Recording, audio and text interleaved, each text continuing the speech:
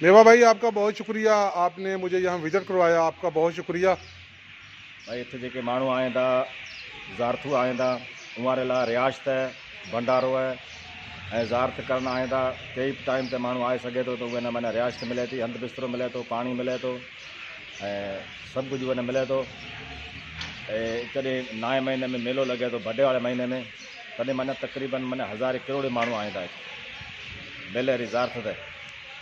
Ton ॾींहुं मेलो हले थो, पहिरीं ॿिजी टीजी, टन रातें टन ॾींहुं। ये आपने सुना जी मेवा जी की बातें, ये बता रहे हैं कि यहाँ पे कोई भी आ सकता है, ममानत नहीं है, और यहाँ पे लंगर है, खाना है, रहायश है, सब कुछ है। और सबसे बढ़कर यहाँ पे देखे सामने परिंदे हैं, परिंदों की आवाज़ें हैं। यहाँ पे परिंदों की बहुतायत है, क्योंकि जो भी ज़ायरीन आते हैं या लोग आते हैं या ऐसे लोग जो यहाँ पे ले आते हैं, वो देखे सामने एक बंदा है, वो जानवरों के लिए दाना वगैरह, निमको वगैरह, रोटी वगैरह, टुकड़े वगैरह डाल रहे हैं।